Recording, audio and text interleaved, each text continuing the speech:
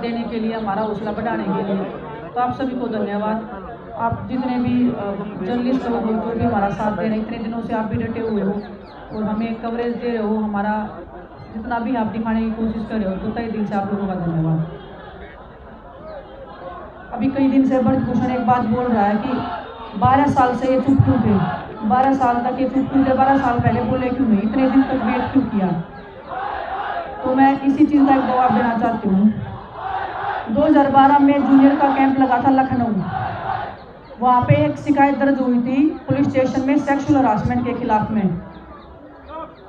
24 घंटे के अंदर ही उस FIR को भी उठवा लिया गया और उस मामले को वहीं पर रफा दफा करवा दिया गया था। उसमें 5 से 7 लड़कियों ने कंप्लेंट दी थी पुलिस स्टेशन में सेक्सुअल हरासमेंट की। दूसरी बात, 2014 में आप लोगों ने सुना भी होगा, कोई एक फिजियो था हमारा, ट्रेनर और फिजियो दोनों काम करते थे। वो नेशनल कैंप में थे, गीता फोगाट के साथ वो उनके ट्रेनर थे। उनकी वाइफ भी रेसलिंग करती थी, वो उस टाइम पे नेशनल कैंप में थी। उन्होंने कुछ हरकतें देखी नेशनल कैंप में होते हुए। जब उन्होंने उसके खिलाफ आवाज़ उठाई, कोचेज को बताया, बाकी जो भी लोग थे उनको बताया, 24 घंटे के अंदर उनका कैंप से नाम कट गया, उनको कैंप से बाहर भेज दिया गया। साथ में उनकी जो वाइफ थी उनका भी नेशनल कैंप से नाम काट दिया था और वो उस दिन के बाद से आज तक कभी भी किसी कंपटीशन में पार्टिसिपेट नहीं कर पाई हैं। तीसरी बात,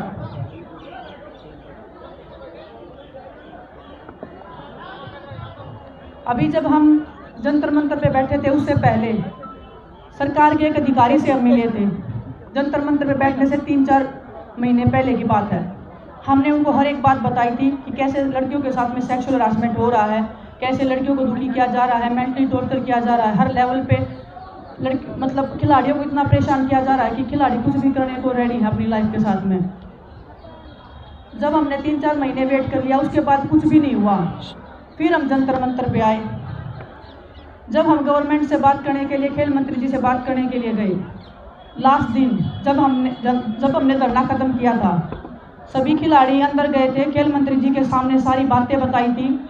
सभी लड़कियों ने सेक्सुअल हरासमेंट के ऊपर बातें बताई थी, अपने अपने इंसिडेंट शेयर किए थे। सभी लड़कियां रो रही थी उनके सामने ही, लेकिन कोई भी एक्शन नहीं लिया गया था उस टाइम पे भी। खेल मंत्री जी ने कमेटी बना के उस मामले को फिर से रफा दफा करने की कोशिश की। तो आप देख लीजिए, हमने हर लेवल पे हमने आवाज़ उठाने की कोशिश की, लेकिन जिसने भी कोशिश की उस मामले को वहीं पे दबा दिया गया। तो जो वो बोल रहा है कि 12 साल से चुप थे, तो आप देख लीजिए 12 साल से हम चुप क्यों थे। हमें रेसलिंग करना था, हमारी लाइफ, हमारा कैरियर, सब कुछ हमारा दांव पे लगा होता है, इसलिए हमारे अंदर इतनी हिम्मत नहीं हो पाई कभी भी। आज हम उस मुकाम पे पहुंच गए कि हाँ अभी तो इससे आगे तो मौत है। तब हमें हिम्मत आई, तब हम लोग साथ में कि क्योंकि जब भी किसी एक ने आवाज़ उठाई तभी उसकी आवाज़ को दबा दिया गया। इसलिए सब लोग इकट्ठा आके आप देख लीजिए, हम इतने लोग इकट्ठा हैं, फिर भी FIR नहीं हो रही है जल्दी से, उसके ऊपर कार्रवाई नहीं हो रही है। तो बहुत मुश्किल है ऐसे इंसान के खिलाफ खड़ा होना जो इतने सालों से अपनी पावर का, अपनी पोजीशन का गलत इस्तेमाल कर रहा है। एक बार हम बता देते हैं जी, उसके बाद में आप क्वेश्चन कर लेना सब लोग। हमेशा अभी काफ़ी टाइम से यही क्वेश्चन उठ रहा है कि हम नेशनल्स नहीं खेलना चाहते या हम कोई टूर्नामेंट नहीं खेलना चाहते, हम सीधा ओलंपिक्स में जाना चाहते हैं, इसीलिए हम ये प्रोटेस्ट पे बैठे हैं। 2016 में मैं ट्रायल्स लेके गई थी इंडिया में और मैं फर्स्ट आई थी। तो ये रूल होता है, जो इंडिया में फर्स्ट आता है वही क्वालिफिकेशन करने के लिए जाता है टूर्नामेंट में। टर्की में हमारा कैंप लगा हुआ था, क्वालिफिकेशन टूर्नामेंट के 4 दिन बाकी थे। 4 दिन पहले मेरी ट्रायल एक इंडियन लड़की के साथ ली गई, जबकि मैं इंडिया में फर्स्ट आगे गई थी, सिर्फ मेरी ली गई। ये क्वेश्चन पूछना आप प्लीज़ उनसे कि सिर्फ मेरी टर्की में ट्रायल लेने का क्या मतलब। बाहर कभी इंडिया से बाहर जाके कभी इंडियंस की ट्रायल्स नहीं होती, और किसी वेट में ट्रायल्स नहीं ली गई, सिर्फ मेरी ट्रायल्स ली गई।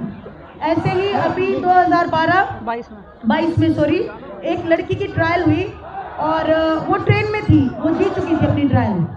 उसको ट्रेन में से वापस बुलाया कि कल फिर दोबारा ट्रायल होगी आपकी। उस लड़की ने विदेश के पास कॉल किया कि दीदी ऐसे ऐसे हो रहा है, मेरी ट्रायल दोबारा क्यों ली जा रही है, अभी तो ट्रायल्स खत्म हुई है, मैं वापस घर जा रही हूँ। तो आप देख लो कि कौन अन्याय कर रहा है, कौन बार बार बिना काम की ट्रायल्स ले रहा है। कुछ भी कर रहा है मतलब, और एलिगेशन हम पे लगा रहा है कि हम टूर्नामेंट नहीं खेलना चाहते। और दोबारा जब उस लड़की ने ट्रायल दी, उस लड़की को हरवाया गया। पहली ट्रायल में वो जीत रही थी वो लड़की, क्योंकि 24 घंटे में उसको दोबारा वेट कर दिया है। वो लड़की उस दिन ट्रायल वाले दिन भी वजन भी दोबारा लिया गया, उस लड़कियों का उल्टी हो रही थी। अब मैं खुद देख रही थी ट्रायल्स में, वो लड़की बार बार हर मैच के बाद में उल्टियाँ कर रही थी बेचारी। ट्रेन में रोते हुए उसने मेरे को फ़ोन किया था कि दीदी ऐसे ऐसे हो रहा है। तो मैं भी लाचार थी। मैं बोली बेटा अभी या तो तू फिर इसको ट्रायल को छोड़ दे या तेरे को खेलना पड़ेगा, क्योंकि इन लोगों के सामने ना तो मेरी औकात है ना तेरी औकात है कुछ भी बोलने की। वो लड़की दोबारा ट्रेन में जैसे ही रास्ते में उतरी है, वो उसने ट्रेन पकड़ा है, वो गई है, उसको फिर से हरवाया गया। ये कौन सा रूल है? किसी भी इंटरनेशनल कॉम्पिटिशन, हमारे साथ भी चीटिंग होता है, हमारे साथ भी कभी कभी मैच के ऊपर गलत डिसीजन हो जाते हैं, लेकिन कभी अगर किसी विनर को घोषित कर दिया, उसके बाद में किसी भी इंटरनेशनल नेशनल कंपटीशन कोई भी हो, हिस्ट्री उठा के देख लीजिए, कभी भी सेकंड टाइम उस बाउट को नहीं करवाया जाता, चाहे वो ओलंपिक गोल्ड मेडल की बाउट ही क्यों ना हो।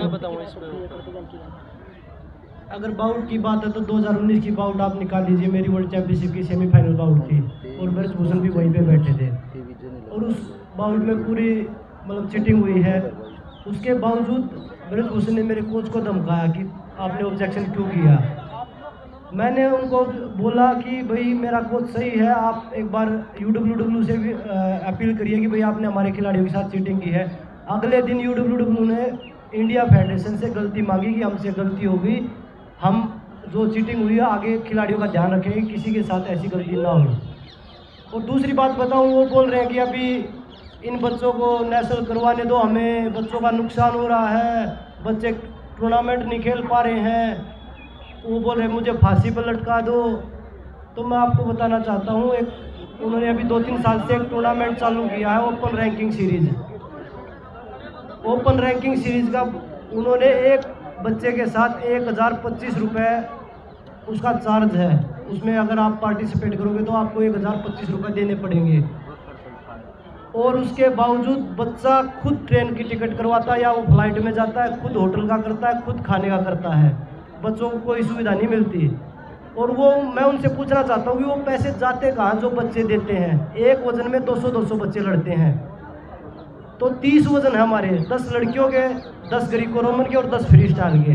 तो वो पैसे जाते कहाँ जब बच्चे खुद ही रहते हैं, अपने होटल बुक खुद कराते हैं, वो खाते भी खुद हैं वो, और उसके बाद वो टूर्नामेंट खेल के उधर वापस आते, उस मेडल का कोई फ़ायदा भी नहीं मिलता उन्हें। और रही बात बोले ओलंपिक के रूल बनाए थे हमने इसलिए खिलाड़ी प्रदर्शन कर रहे हैं, पहले तो ये रूल के खिलाफ है ही नहीं, ये तो सेक्सुअल हरासमेंट के खिलाफ है। और रूल की अगर मैं बताऊं आपको तो उन्होंने रूल बनाया है ओलंपिक के लिए कि जो खिलाड़ी ओलंपिक के लिए क्वालिफाई करके आएगा तो फेडरेशन का अगर मन करेगा ना तो उसकी ट्रायल होंगी, बाकी सब की ट्रायल नहीं होंगी। तो ये तो उनके मन मर्जी के रूल हो गए ना, ये एक क्लियर रूल कहाँ हुआ कि भाई सभी की ट्रायल होगी। अगर 5 खिलाड़ी क्वालिफाई करके आते हैं तो 500 की ट्रायल होगी। उन्होंने तो ये बोल दिया कि जिस फेडरेशन का मन करेगा ना कि भाई बजरंग की ट्रायल नहीं होनी चाहिए, बाकी चारों की ट्रायल होनी चाहिए, तो 4 की ट्रायल होगी, बजरंग की ट्रायल नहीं होगी। ये उनके न्याय के रूल हैं जो वो सवाल कर रहे हैं। और ये उनकी वेबसाइट पे अवेलेबल है आज भी, अगर आप चेक करना चाहो तो आप निकाल लीजिएगा, हमारे पास भी अगर आप मांगोगे तो हम दे देंगे। ये उन्होंने बाकायदा वेबसाइट पे डाला हुआ है कि ऐसे रूल है। आप एक बार तेरे आई वाला बोल देगा। जैसे ये भी अभी जैसे उनकी IT सेलेक्टिव हुई है और हमें सोशल मीडिया पे गलत कमेंट्स या जो भी है बदनाम करने की कोशिश कर रहे हैं, और वो खुद भी बोल रहे हैं कि हम मिलने जाते थे।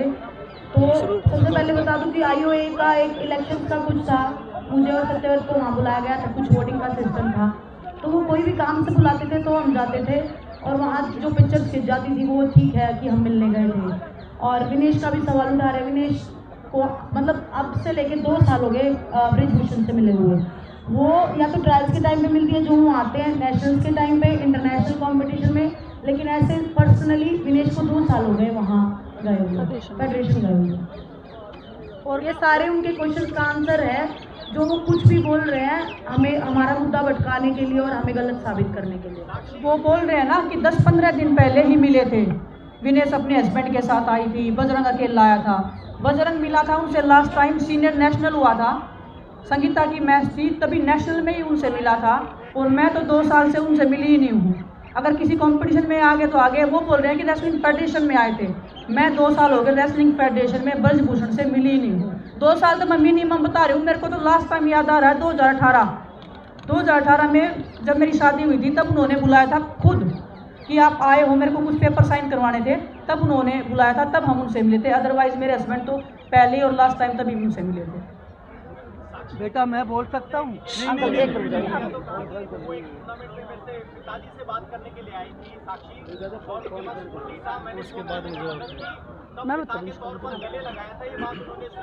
देखिए सर, वो जो अभी हथकंडे अपना रहे हैं, लड़कियों को बदनाम करने के, कुछ भी बातें बोल रहे हैं, उनकी IT सेल भी कुछ भी अनाप शनाप करी। अभी भी हमारे पास में एक पिक्चर है जो वो करके किसी को भी वहाँ पे खड़ा किया गया, देखो कि ये लड़की आई है, और वो उनका नाम है श्रीकांत त्रिपाठी। वो ट्विटर पे है। ये जहाँ से भी हमें कोई मतलब नहीं है, लेकिन इस आदमी ने ट्वीट किया है, तो वो हर तरीके से बदनाम करने की कोशिश कर रहे हैं। इससे आप एक चीज़ का अंदाज़ा लगा सकते हो कि महिलाओं के प्रति उनके मन में कितना सम्मान है। सुप्रीम कोर्ट ने भी बोल दिया है कि जो भी कंप्लेंट्स थी उनका नाम ओपनली नहीं लिया जाएगा या नहीं उजागर हो सकता। ना हमने अपनी तरफ से एक भी नाम बताया है कौन कंप्लेनेंट्स हैं, किसका नाम है। वो बंदा किसी भी लड़की का नाम लेके कुछ भी बोल रहा है तो उससे उसकी मानसिकता दिख रही है कि महिलाओं के प्रति उसके मन में कितना आदर और कितना सम्मान है। उसकी छोटी सोच उस दिखाई दे रही है सबको। आप लोगों के और क्वेश्चन हो तो बता दो, नहीं तो हम खत्म करें जी। हाँ जी, हाँ एक और बात, बिल्कुल बिल्कुल बिल्कुल जी, बिल्कुल इस चीज़ का भी जवाब। अभी हम दिल्ली पुलिस का हम बार बार कर रहे हैं कि हमें विश्वास नहीं है। 6 दिन बाद कंप्लेंट्स दिल्ली पुलिस ने की थी, अभी भी दिल्ली पुलिस लड़कियों के बयान दर्ज नहीं करी है। हर वो तरीके अपना रही है, बहाने करी है, कभी किसी को बीमार करी है।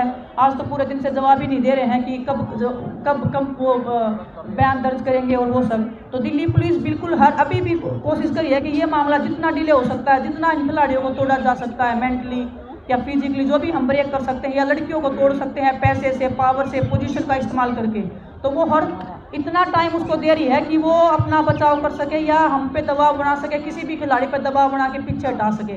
तो दिल्ली पुलिस का वही है कि वो अपना काम नहीं कर रही है अभी भी हम सुप्रीम कोर्ट के ही आसरे हैं कि सुप्रीम कोर्ट शायद हमें इंसाफ दिलाए, शायद हम जिस चीज़ की लड़ाई लड़ रहे हैं, जिस मान सम्मान की लड़ाई लड़ रहे हैं वो हमें मिले।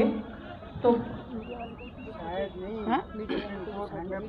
हाँ, एक और आज इंडिया टीवी से कोई उनका वो पूछ रहे थे, उन्होंने सवाल पूछा तो इतने बौखला गए, इतना पागलों की तरह बिहेव कर रहे हैं। बहुत सारी गंदी बातें वो नेशनल टेलीविजन पे बोल रहे हैं। जो एक सभ्य व्यक्ति, जो एक सभ्य समाज से आता है, उसके मुंह से ऐसी बातें बोलना, तो आप समझ लीजिए उसकी मानसिकता किस लेवल पे उसकी मानसिकता है। जो नेशनल टेलीविजन पे 140 करोड़ देशवासियों के सामने ऐसी भाषा का प्रयोग कर सकता है, वो आदमी बंद कमरे में लड़कियों के साथ में किस लेवल तक करता होगा, आप अंदाजा लगा सकते हो बस। बजरंग, अभी तक फ्राइडे को कोर्ट में हियरिंग है जो अगली है, अभी तक वो अपने क्षेत्र में ही है, वो यहाँ पे आए नहीं हैं। तो दिल्ली पुलिस ने उनसे ऑब्वियसली कुछ बात की नहीं है अभी तक। आपको लगता है कि फ्राइडे तक कुछ आगे बढ़ेगी चीज़ या उसके भी आगे जाएगा आपका प्रोटेस्ट? देखिए, माननीय सुप्रीम कोर्ट पर पूरा भरोसा है कि खिलाड़ियों के साथ न्याय होगा। और वो अपने क्षेत्र में इसलिए बैठे, वो अपने मनमाने पत्रकारों को बुलाते हैं वहाँ पे कि वो मेरे हिसाब से सवाल पूछे। जैसे आज बता रहे NDTV का था, NDTV नहीं था, इंडिया टीवी था, तो उनके शो से वो छोड़ के भाग गए क्योंकि उन्होंने सच्चाई के साथ सवाल पूछे। तो मैं मीडिया के माध्यम से भी यही बोलूँगा कि वो दिल्ली में आके प्रेस कॉन्फ्रेंस करें और सभी मीडिया कर्मी उनसे, जैसे इंडिया टीवी ने सवाल पूछे हैं ऐसे ही आप पूछिए। सच्चाई का सामना थोड़े समय तक वो झूठ बोल सकते हैं, बार बार में वो झूठ नहीं बोल पाएंगे। तो बोल रहे ना कि खिलाड़ी बार बार में अपनी चीज़ें बदल रहे हैं, तो खिलाड़ी तो और भी बहुत सारे आएंगे।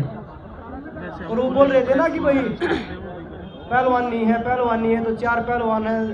पहलवान यहाँ बहुत है, सारे पहलवान एक साथ खड़े हैं। हम नहीं चाहते कि कोई भी खिलाड़ी की ट्रेनिंग खराब हो, क्योंकि सामने एशियन गेम्स है, ओलंपिक क्वालिफाई है। उनका मकसद ये नहीं कि मैं फांसी पे लटक जाऊंगा, कंपटीशन होने दो, ये वो चीज़ें नहीं है।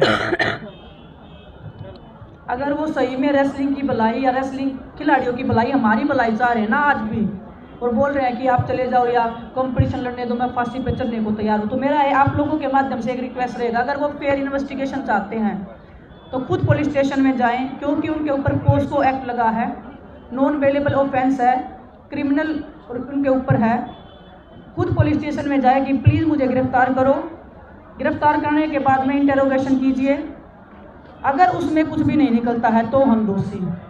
लेकिन अगर वो चाहते हैं कि फेयर इन्वेस्टिगेशन करें और वो हर तरीके से सहयोग देना चाहते हैं तो हमारे माध्यम से ये एक सहयोग वो देना चाहते हैं तो दे सकते हैं। उसके बाद में जो भी सच और झूठ निकल के आएगा वो तो पूरे देश के सामने ही होगा। लेकिन ये स्टार्टिंग से हमारी ये मांग है, हम हर दिन मांग नहीं बदल रहे हैं। फर्स्ट डे से हम यही बोल रहे हैं कि एफआईआर हो, पहले एफआईआर हो, उसके बाद में उनको गिरफ्तार करके इंटेरोगेशन की जाए। उसके बाद में सुप्रीम कोर्ट माननीय जो भी आदेश देगा, जो भी उनकी आगे की कार्रवाई होगी तो वो हमको मान्य होगी। धन्यवाद, सभी का धन्यवाद।